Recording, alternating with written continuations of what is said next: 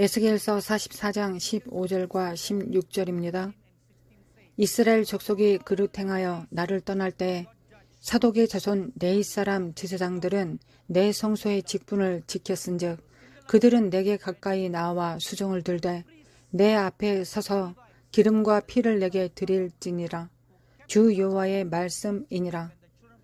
그들이 내 성소에 들어오며 또 내 상에 가까이 나와 내게 수종들어 내가 맡긴 직분을 지키되. 사독은 누구입니까? 우리가 사독의 자손들에 대해 알기 전에 먼저 사독이 누구인지 알아야 합니다. 사독은 대제사장 중 한 사람으로 하나님께서 정하시고 기름 부으시고 구별하신 자입니다. 사무엘하 8장 17절, 15장 35절, 20장 25절에 그는 하나님의 제사장이요 역대상 6장 50절부터 53절에 아론의 혈통에서 나왔다고 기록되어 있습니다. 사무엘하 15장 27절에서 제사장 외의 사독은 또한 선견자입니다. 선견자는 끊임없이 환상을 보고 지속적으로 계시를 받는 사람입니다. 그는 가끔 환상을 보는 사람이 아닙니다. 그들에게 환상을 보는 것은 제2의 천성과 같습니다. 그것을 위해 노력하지 않습니다. 그것을 위해 기도하지 않습니다. 그들에게 주어진 은혜입니다.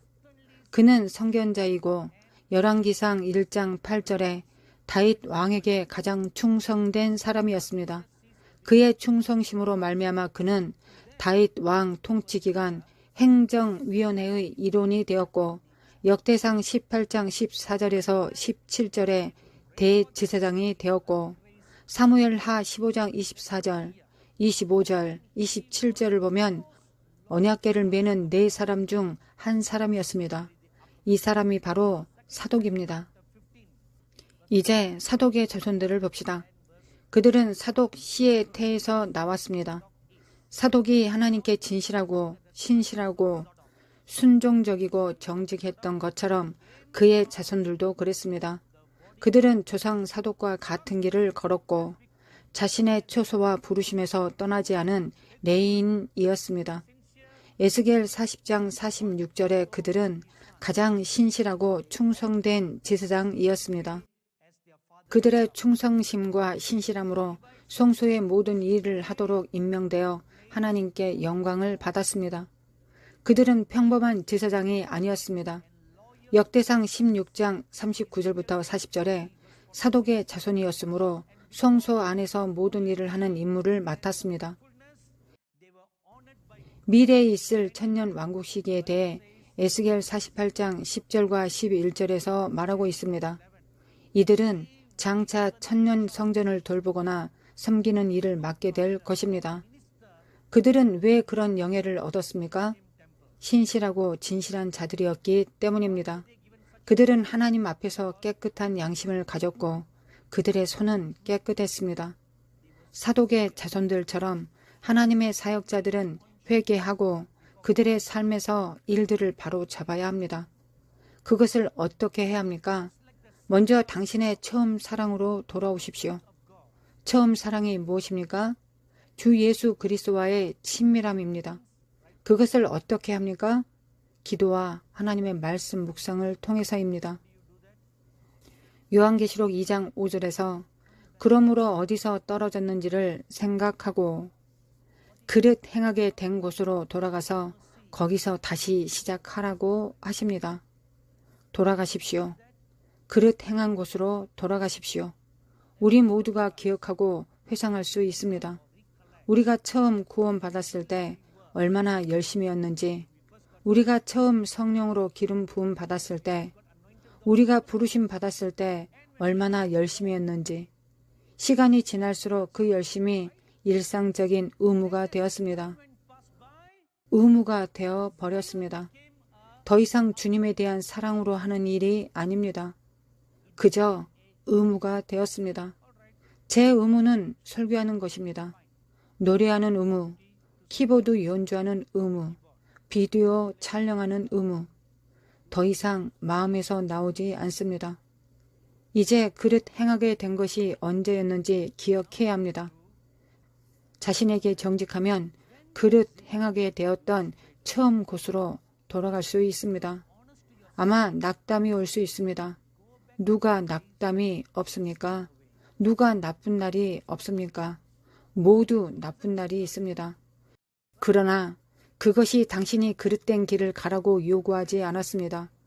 그것이 당신이 그릇된 길을 갈 수밖에 없었다고 핑계댈 수 있게 해줄 수 없습니다.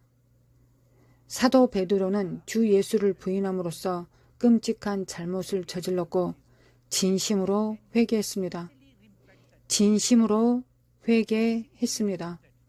이 성경 구절을 가지고 베드로의 삶을 담았을 때 주 예수 그리스도께서 베드로가 죄를 지은 것과 똑같은 시나리오를 정확하게 재창조하셨습니다.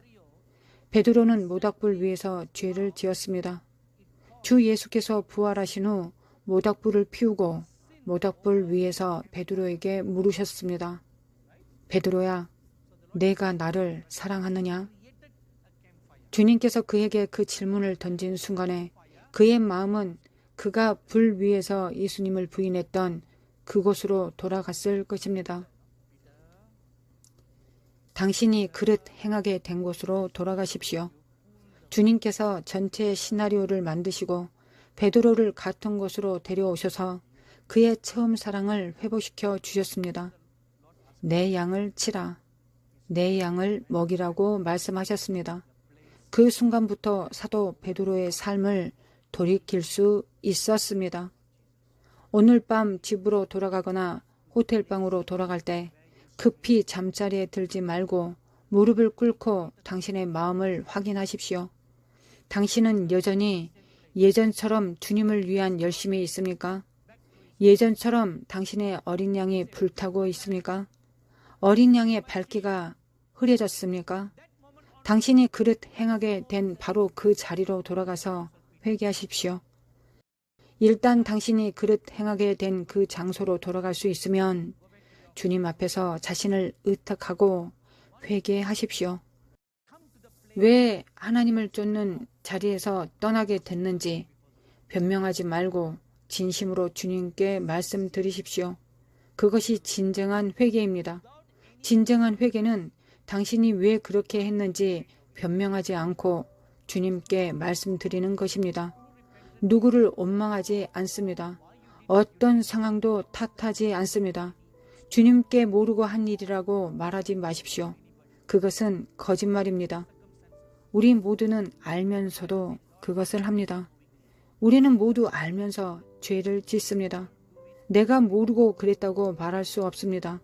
그것은 거짓말입니다. 하나님 앞에 거짓말하지 마십시오. 솔직히 말씀드리십시오. 주님, 제가 죄를 지었습니다. 주님, 알면서도 그랬습니다. 저는 저주받은 사람입니다. 비참한 사람입니다. 알면서 그렇게 했습니다. 진심으로 주님께 부르짖으십시오. 사도 베드로의 눈앞에 서 계시던 바로 그 주 예수님께서 오늘 밤에 당신 곁에 서 계실 것입니다.